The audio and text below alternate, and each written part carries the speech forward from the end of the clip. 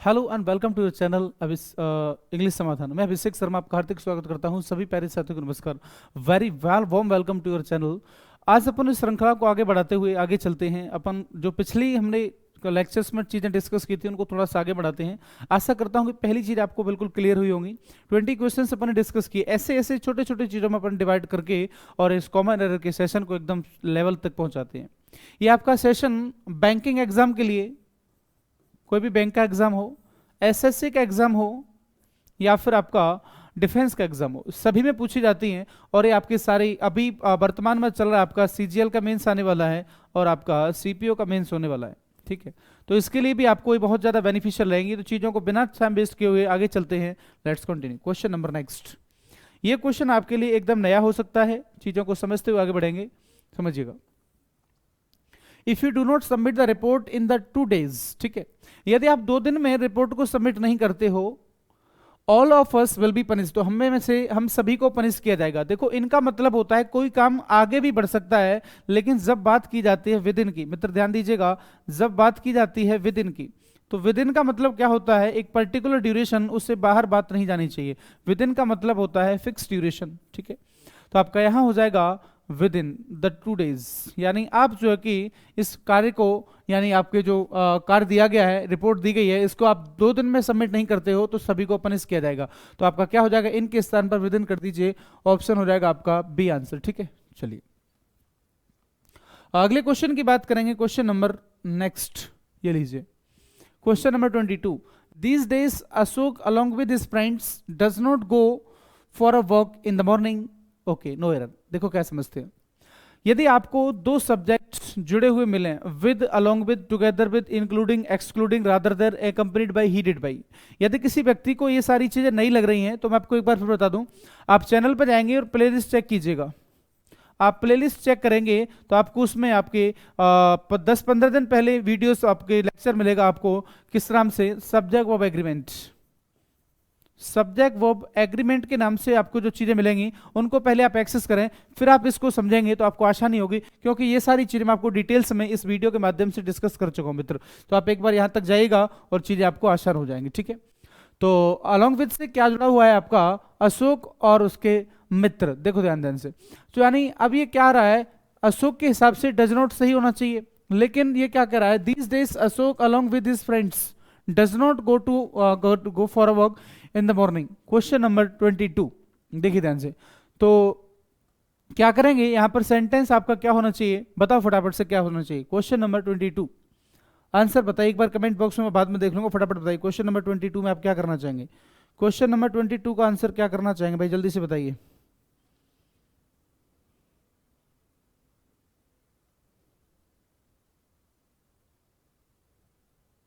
बताइए। देखो, यदि आपने सब्जेक्ट एग्रीमेंट पढ़ा है तो यहां पर वर्ब की एरर नहीं है। पहली बात ये ध्यान दीजिएगा। देखो क्या होता है, these days Ashok along with his friends, तो पहले वाले सब्जेक्ट के अनुसार आता है। पहला वाला सब्जेक्ट क्या है? अशोक है, और अशोक के हिसाब से यहां पर डज नॉट सही, कोई दिक्कत नहीं। आगे बढ़ते हैं। सेंटेंस में किस तरह से एरर दे सकता है? For a walk in the morning, तो आपका सेंटेंस हो जाएगा नो एरर। ठीक है, क्या हो जाएगा? सेंटेंस आपका नो एरर हो जाएगा। अगले सेंटेंस की बात करेंगे। क्वेश्चन नंबर नेक्स्ट, ये लीजिए। I have been visiting your office since last several years. देखो, सेवरल ईयर्स कोई फिक्स समय नहीं है, ध्यान दीजिएगा। सेवरल ईयर्स आपका कोई फिक्स समय नहीं है, तो फिर क्या करेंगे आपके? देखो, सेवरल ईयर्स कोई फिक्स समय नहीं है, तो फिर क्या करेंगे?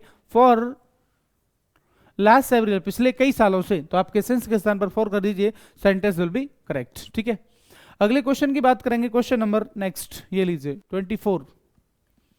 As there was no time, the remaining items were deferred into the next meeting. देखो, डेफर के साथ में इंटू नहीं आएगा, क्या आएगा? Defer for next week, next meeting. यानी डेफर का मतलब होता है पोस्टपोन, टाल देना। क्या होता है? पोस्टपोन, टाल देना। क्या होता है?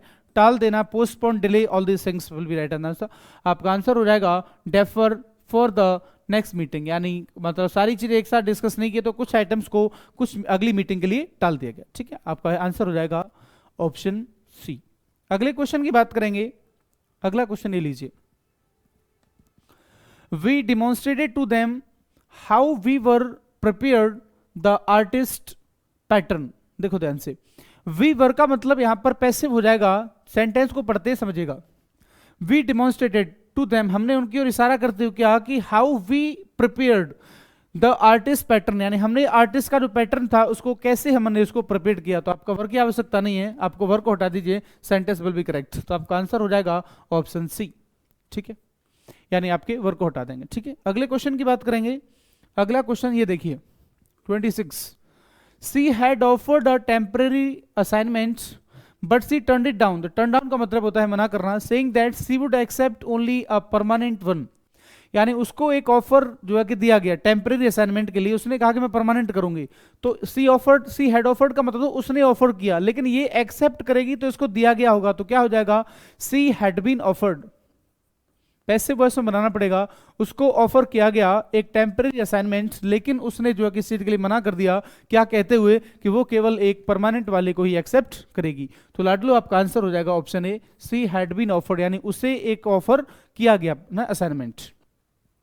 चलिए question number next, all the parties whose president were asked to resign were involve in anti national activities, यानी ऑल द पार्टीज, सारी पार्टीज, हुज प्रेसिडेंट्स, जिनके presidents were asked to resign, उनसे रिजाइन मतलब जो है कि करने की कहा गया, वर इन्वॉल्व यानी वो लिप्त पाए गए थे एंटी नेशनल एक्टिविटीज। तो ऑप्शन आंसर हो जाएगा नो एरर, कोई एरर नहीं सेंटेंस में, सेंटेंस इज एरर फ्री। अगला क्वेश्चन आपका 28, it is true that sense of duty, यानी ये चीज सही है, यहां पर एक फ्रेज यूज किया गया सेंस ऑफ ड्यूटी, ठीक है। सेंस ऑफ ड्यूटी एक फ्रेज का कार्य करेगा, तो इसके साथ में सिंगुलर वर्ब आएगी रेंडर्स, ठीक है। Renders it necessary for you to do something which is displeasing to your companions, companion होता है साथी, और रेंडर का मतलब होता है हैंड ओवर यानी सौंपना, ठीक है। चलिए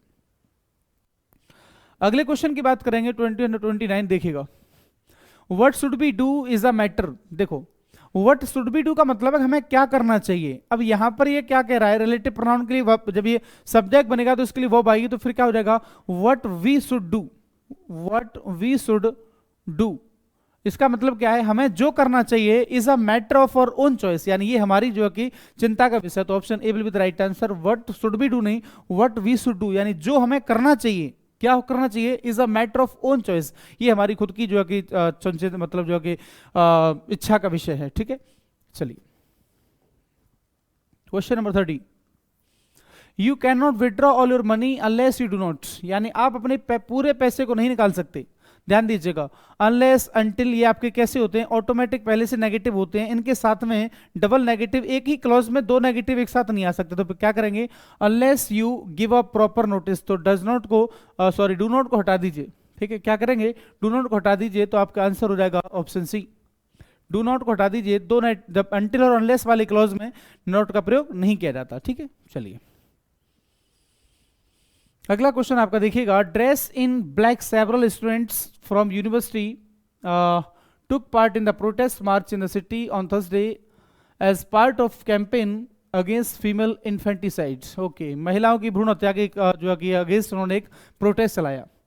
ड्रेस इन ब्लैक नहीं, यहां पर क्या हो जाएगा, ड्रेस्ड इन ब्लैक, यानी काले कपड़ों में, काले कपड़े पहनते हुए, काले कपड़ों में, यानी काले कपड़ों में कपड़े पहनते हुए क्या किया, बहुत सारे बच्चों ने, स्टूडेंट्स ने यूनिवर्सिटी से जो प्रोटेस्ट मार्च था उसमें भाग लिया। तो dressed in black, option A. 32 देखिएगा एक बार, the poor experience in neighbouring countries which have implemented food stamp programme should serve as a deterrent on our country. देखो डेटरेंट का मतलब होता है निवारक, किसी चीज का, कोई चीज का तोड़, तो डेटरेंट टू और कंट्री, ऑन नहीं होगा, आपका आंसर हो जाएगा option D, deterrent to something, ठीक है। डेटरेंट, ये सारी चीजें आपको कब सीखने को मिलेंगी, फिक्स प्रेपोजिशन वाला पॉइंट अपन डिस्कस करेंगे, ठीक है। फिक्स प्रेपोजिशन में ये सारे आपके डाउट्स क्लियर हो जाएंगे। आपका आंसर हो जाएगा डी, डेटरेंट टू समथिंग।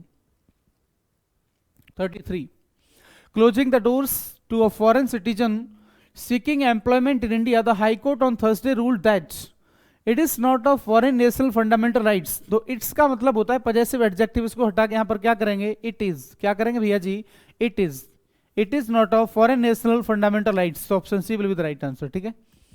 तो इट्स यहाँ पर पजेसिव एडजेक्टिव आवश्यकता नहीं है, यानी क्या कहा हाई कोर्ट ने, कहा कि ये आपका जो है कि फॉरेन नेशनल फंडामेंटल राइट्स नहीं है। अगला क्वेश्चन आपका 34, the consumer forum directed the power corporation to compensate a complaint for the inconvenience and mental agony. देखो यहां पर आपका इनकन्वीनियंस यानी असुविधा एंड मेंटल एगोनी और मानसिक पीड़ा, हु ही हैड। देखो यहां पर जो हु किस आपका रिलेटिव प्रोनाउन किसके लिए आ रहा है, इनकन्वीनियंस एंड मेंटल एगोनी के लिए, तो हु नहीं, यहां पर क्या आएगा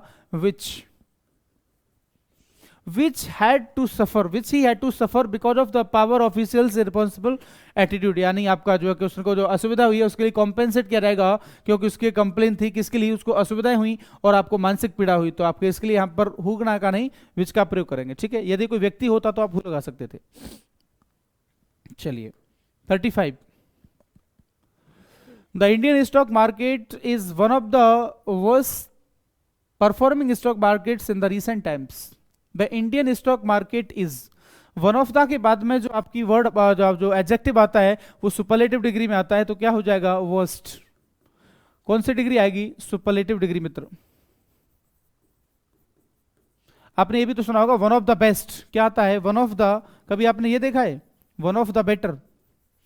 वन ऑफ द बेटर आपने कभी नहीं देखा, जो कि गलत हो जाएगा, तो क्या होता है one of the best, one of the best medical facilities whatever जो भी है, तो आपका ये आपकी एरर है किसकी, डिग्री की, तो आपका क्या करेंगे worst, option B will be the right answer. ठीक है, क्वेश्चन नंबर नेक्स्ट मित्र, these vegetables which are grown here are cheap in cost and rich of vitamin. देखो रिच ऑफ कुछ नहीं होता है, रिच इन होता है। रिच इन का मतलब होता है अधिक मात्रा में, अधिक मात्रा में किसी चीज से भरा हुआ होना या पूर्ण होना, तो आपका आंसर हो जाएगा option D rich in vitamin. ठीक है, अगला question, the orphanages in the thickly populated cities in India are founded by generous donors. ठीक है, ऑर्फनेजेस यानी अनाथालय हैं, in the thickly populated cities in India are founded by generous donor. No error, कोई दिक्कत नहीं है, सेंटेंस बिल्कुल सही है।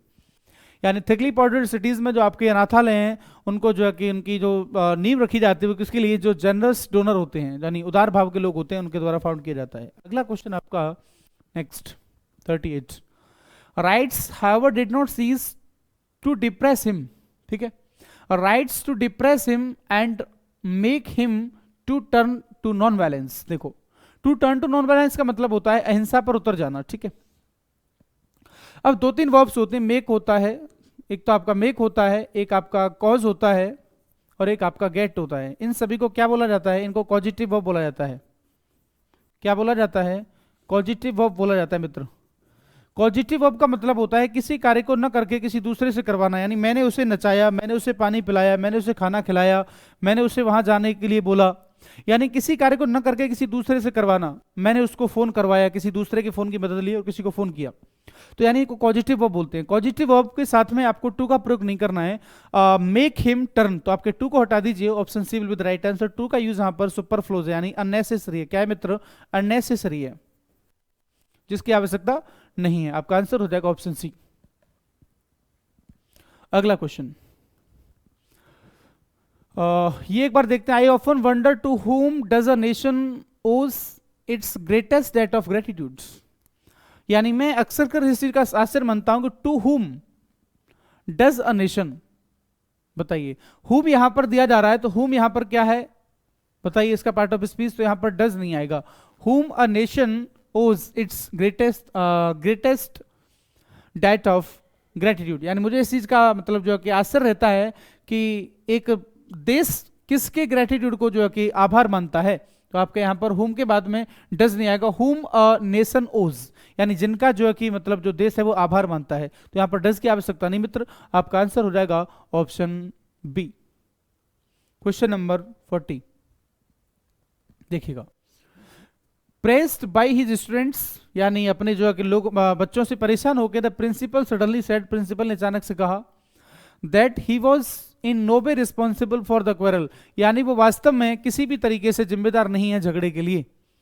तो वॉज तो ठीक है, कोई दिक्कत नहीं है। आपका सेंटेंस हो जाएगा no error, option E will be the right answer. Sentence is error free, no error. ऐसा नहीं कि भाई साहब एरर निकाल के ही पानी पियोगे, ठीक है, तो सेंटेंस एरर फ्री भी होता है मित्र। अगले क्वेश्चन की बात करेंगे, क्वेश्चन नंबर 41 देखिएगा। यू मे रेस्ट एश्योर्ड, बहुत बढ़िया। रेस्ट एश्योर्ड का मतलब होता है सुनिश्चित करना। क्या होता है? सुनिश्चित करना या भरोसा करना। क्या होता है? भरोसा करना। देखिएगा, तो यू मे रेस्ट योर नहीं, you may be rest assured, तो आपका पैसिव में जाएगा that Madhav knows more than I in this matter, यानी माधव मुझसे ज्यादा जानता है। तो मे बी रेस्ट एश्योर्ड का मतलब होता है किसी चीज का भरोसा करना। ऑप्शन हो जाएगा आपका ऑप्शन 41 का आंसर हो जाएगा option A. Question number 42, every one of us knows that given an option he prefers cold drinks than नहीं टू। प्रेफर्स के साथ में प्रेफर प्रेफरेबल क्या होता है? टू आता है, तो आपका आंसर हो जाएगा ऑप्शन डी। ठीक है, अगले क्वेश्चन की बात करेंगे। 43, he has no affection with. देखो, affection with somebody, affection for somebody, तो अफेक्शन फॉर समबडी होता है, अफेक्शन फॉर समथिंग। ठीक है, आपका आंसर हो जाएगा ऑप्शन बी। अफेक्शन के साथ में क्या आ जाएगा? फॉर। ये सारी चीजें अपन फ्रेजल वर्ब्स में डिस्कस करेंगे। ठीक है, अगले पॉइंट की बात करेंगे 44। अगला क्वेश्चन देखिएगा थोड़ा सा। I am glad to hear that you narrowly escape being run over yesterday. देखो कितना बेहतरीन क्वेश्चन है, यानी I am glad to hear that, मुझे इस चीज के सुन के बहुत खुशी है कि वो आप जो है कि नैरोली एस्केप यानी बहुत कम मार्जिन से बच गए, बीइंग रन ओवर यस्टरडे यानी कल आपको कुचल दिया जाता आप बच गए। तो आपका आंसर हो जाएगा नो एरर, कोई एरर नहीं है मित्र। ठीक है, बीइंग यानी पैसिव वॉइस, रन ओवर। ठीक है, चलिए अगला क्वेश्चन आपका देखिएगा। Both the girls have one another. देखो, बोथ का मतलब होता है दो के लिए, दो के लिए तो फिर क्या करेंगे यहां पर? वन अनदर नहीं होगा, ईच अदर। क्या हो जाएगा? Each other. आपका आंसर हो जाएगा ऑप्शन बी, लाडलो। अगला क्वेश्चन देखिएगा। It is universally true that an honest and hardworking man is always a happy man. सही बात है, इट इज यूनिवर्सली ट्रू, यानी ये जो कि हकीकत है कि एक ऑनेस्ट और हार्डवर्किंग पर्सन होता है वो हमेशा एक खुशी व्यक्ति होता है। नो एरर, ऑप्शन ई, कोई दिक्कत नहीं है। ठीक है, यानी ये साइंटिफिक थ्योरी या फिर इसे फैक्ट मान सकते हैं, और फैक्ट में आपका टेंस कभी बदलता नहीं है। अगला question, I heard that Mohan as well as his parents were present in the wedding ceremony of his brother. As well as एक वर्ड होता है जिससे जुड़ने वाले दो सब्जेक्ट्स, तो फिर क्या करेंगे? आपका मोहन पहला सब्जेक्ट के अनुसार वो बाती है, तो पहला सब्जेक्ट क्या है? मोहन, जो कि आपका सिंगुलर है, इसके अनुसार क्या करें? Was present. क्या हो जाएगा? वॉज प्रेजेंट मित्र। आपका आंसर हो जाएगा ऑप्शन बी। ठीक है, option B will be the right answer, was present. अगले क्वेश्चन की बात करेंगे, क्वेश्चन नंबर नेक्स्ट देखिएगा 48, they talked over the matter for many hours without arriving to any decision. देखो, अराइव टू नहीं, arrive at any decision. Option D will be the right answer, यानी किसी भी निर्णय पर आना मित्र। ये आपकी श्रृंखला बहुत तेजी से चल रही है, बिना समय वेस्ट किए हुए।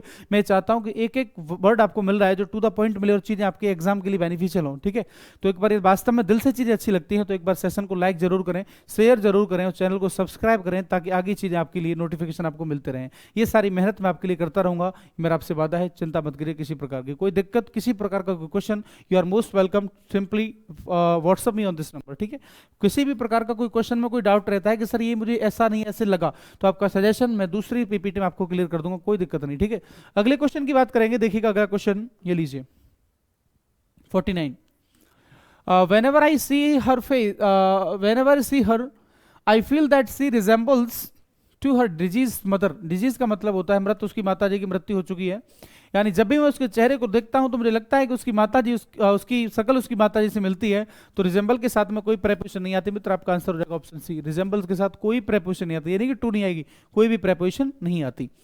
अगले क्वेश्चन की बात करेंगे, ये लीजिए अगला क्वेश्चन थोड़ा सा देखिएगा। आई एम अकस्टम टू, चलो मैंने आंसर ही बता दिया। तो अकस्टम के साथ में विद नहीं आता मित्र, क्या आता है? अकस्टम टू आता है। अकस्टम टू होता है, हैबिचुअल टू होता है, किसी चीज से आदत होना। क्या होता है? एडिक्टेड टू होता है। ठीक है, habitual to, accustomed to, addicted to, इन सभी के साथ टू फॉलो किया जाता है। ठीक है, तो आशा करता हूँ कि ये सारी चीज़ आप तक बेनिफिशियल रही होंगी। आपको आपकी पीडीएफ के लिए आपको फिर से बता दूं, मैं आपको आपका अपना टेलीग्राम चैनल भी आपकी इसी नाम से, इंग्लिश समाधान के नाम से। For PDFs you can simply go to Telegram channel English Samadhan. Telegram पर जाइएगा, सर्च कीजिए इंग्लिश समाधान, इसी नाम से आपको आपका चैनल मिल जाएगा। बाकी सारी चीज़ें मैं आपको अगली वीडियो में फिर मिलाऊंगा। तब तक नमस्कार, thank you, love you all, take care, जय हिंद, जय भारत। एक बार फिर आपसे कहना चाहूँगा कि सारी चीज़ें आप तक सही रही हैं और मेहनत लगी कि यार हाँ ये सारी चीज़ें जो मैंने की मुझे अच्छा लगा, तो आप एक बार चैनल को सपोर्ट जरूर कीजिएगा, चीज़ों को लाइक शेयर सब्सक्राइब जरूर कीजिएगा। Thank you, take care, bye.